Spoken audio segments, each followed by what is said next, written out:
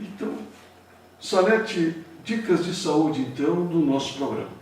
Eu acho que vai bem ao encontro do que nós estamos vivendo hoje, o comentário sobre a maconha, né? E é uma droga ilícita, tida como das menos potentes, das menos que causem dano, que causam menos prejuízo, diante do crack, da heroína, não é? É uma das drogas ilícitas e legais ainda no Brasil que causariam menos dano. Mas será que é isso mesmo? Será que a maconha é uma droga ilícita de menor prejuízo? Contra essa afirmação, respondendo esta pergunta, nós temos a Associação Brasileira de Psiquiatria e também temos o Centro de Estudo de Marihuana da Universidade de Harvard, nos Estados Unidos, que vem colocando justamente um aspecto muito importante para que a gente pense e possa decidir. Como a gente sempre diz, as informações elas são libertadoras porque elas dão oportunidade clara de uma escolha consciente, onde coloca que a maconha, quanto mais cedo for usada e de uma maneira mais pesada, maior prejuízo aos danos do cérebro, querido ouvinte. A maconha não é tão boazinha assim como muitos estão divulgando. Ela é perigosa, ela é danosa e os seus prejuízos se preservam por décadas, quanto mais cedo se usar e de uma forma mais pesada. Esses estudos de Harvard, então, e também estudos da Nova Zelândia, colocam que pessoas que usam a maconha desta forma tão pesada e mais cedo, inclusive a partir dos 13, 14, 15 ou 16 anos, têm um comprometimento neurológico muito sério. Comprometimento de aprendizagem, comprometimento de diminuição do QI e maior exposição ao Alzheimer também, a doenças neurológicas também. Do Alzheimer, né? Do Alzheimer. Então, foi feito aqui um estudo, os pesquisadores na Nova Zelândia acompanharam 1.000 voluntários durante 25 anos, não foi pouco tempo, foi um quarto de século, né? E eles começaram a ser estudado aos 13 anos de idade. Um grupo era composto de fumantes regulares de maconha e os integrantes do outro grupo não fumavam. Quando os grupos foram comparados, ficou evidente o dano à saúde dos adolescentes usuários de maconha que mantiveram o hábito até a vida adulta. Os fumantes tiveram uma queda significativa no desempenho intelectual. Na média, os consumidores crônicos de maconha ficavam 8 pontos abaixo dos não fumantes nos testes de QI. E os usuários de maconha saíram-se mal também nos testes de memória, concentração e raciocínio rápido. Se a gente for falar até, há um prejuízo inclusive na direção. A gente às vezes não tem que dirigir, fazer decisões rápidas, então olha só. Os resultados mostraram que é falaciosa, isto é, que é mentirosa, a tese de que fumar maconha com frequência não compromete a cognição. O que é cognição? Aprendizagem. E nós vivemos a vida aprendendo. Então, estas pessoas vão ser adultos que vão ter que depender de outras pessoas para viver, vão ter um comprometimento sério. Não vão ser... provavelmente não vão ser pessoas raivosas, que vão causar brigas, mas vão ter uma cognição, um aprendizado deficiente, vão depender de outras para decisões, para viver, vão ter comprometimento neurológico, doenças neurológicas debilitantes como o próprio Alzheimer, quem sabe esquizofrenia também está ligado, e isso é muito ruim. Ninguém quer uma vida adulta ou uma velhice comprometida. Pelo contrário, nós vivemos e fazemos escolhas de vida para ter uma saúde longa e com qualidade de vida. Então, a qualidade de vida dessa essas pessoas que fazem esse uso frequente da maconha, como eles disseram aqui, são usuários regulares da maconha, têm uma vida comprometida. Não é que eles vão falecer precocemente, mas a falência da qualidade de vida é visível. A qualidade de vida não acompanha. A maconha priva a pessoa de atingir todo o potencial de sua capacidade, principalmente a capacidade diminuída, né, Salete? Principalmente intelectual. Então, acho que isso deve ficar muito claro. Vou repetir: a maconha priva a pessoa de atingir todo o potencial para a sua capacidade. Até pouco tempo atrás, vigorou a tese de que a maconha só deflagra transtornos mentais em pessoas com histórico familiar dessas doenças. E hoje isso está banido. Não é bem assim. Essa noção benigna da maconha foi sepultada, entre outros trabalhos, por uma pesquisa feita pelo Instituto de Saúde Pública da Suécia.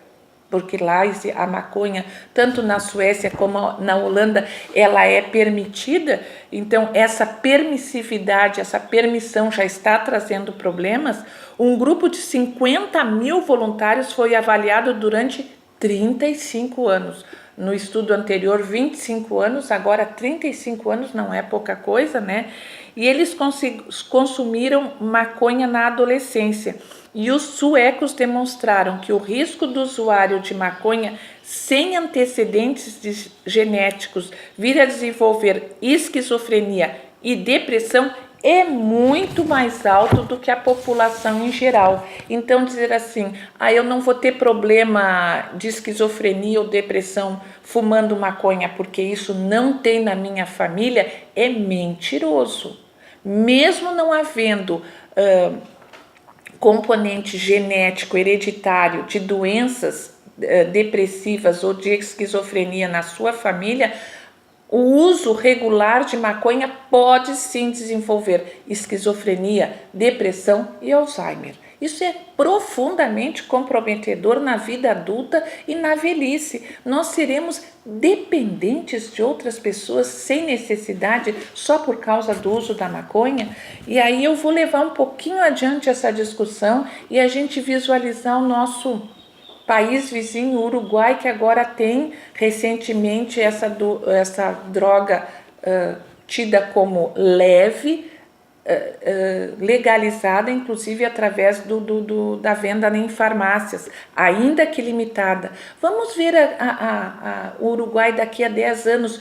Qual será o número de comprometimento de pessoas adultas já com esquizofrenia, e mesmo jovens com esquizofrenia, depressão, comprometimentos na cognição, na aprendizagem, porque já que ela está liberada, vai organizar o problema da criminalidade, mas será que não vai deflagrar outro problema no desenvolvimento cognitivo desta nação, não é? Do Uruguai?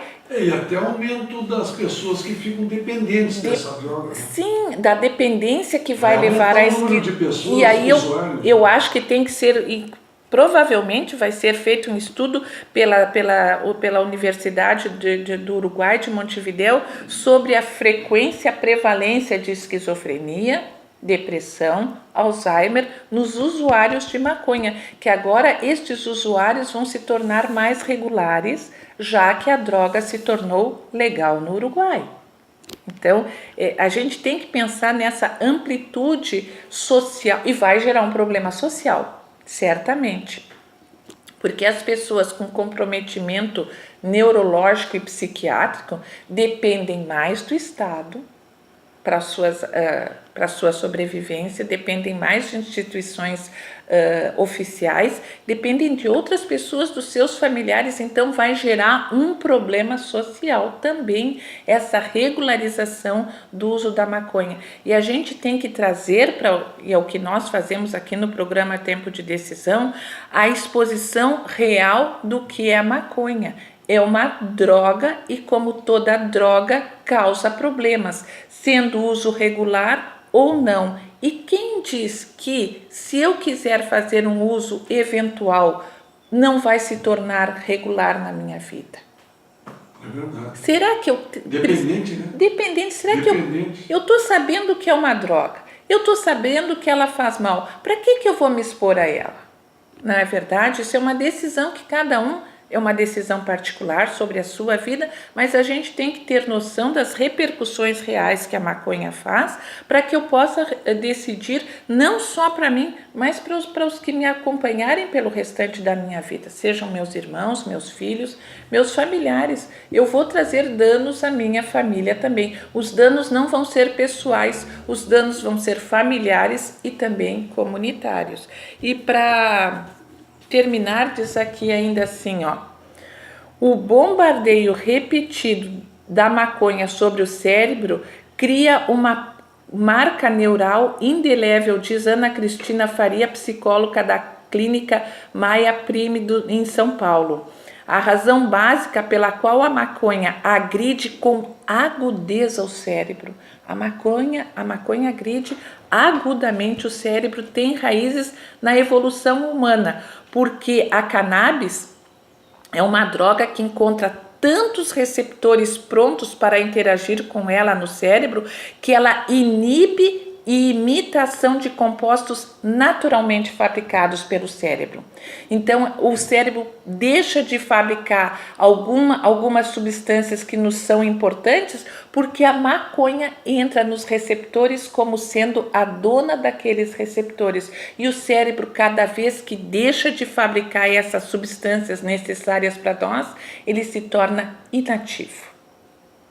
Então, independente. A maconha interfere caoticamente nas sinapses, levando ao comprometimento das funções cerebrais. O mais assustador, dada a fama de inofensiva da maconha, é o fato de que, interrompido seu uso, o dano às sinapses permanece por muito mais tempo. Então, eu paro de usar a maconha, mas os seus efeitos ainda continuam. Então, a maconha não é tão inofensiva assim. Quanto mais cedo ela for usada de uma forma mais intensa e regular, maiores danos dará por toda a vida.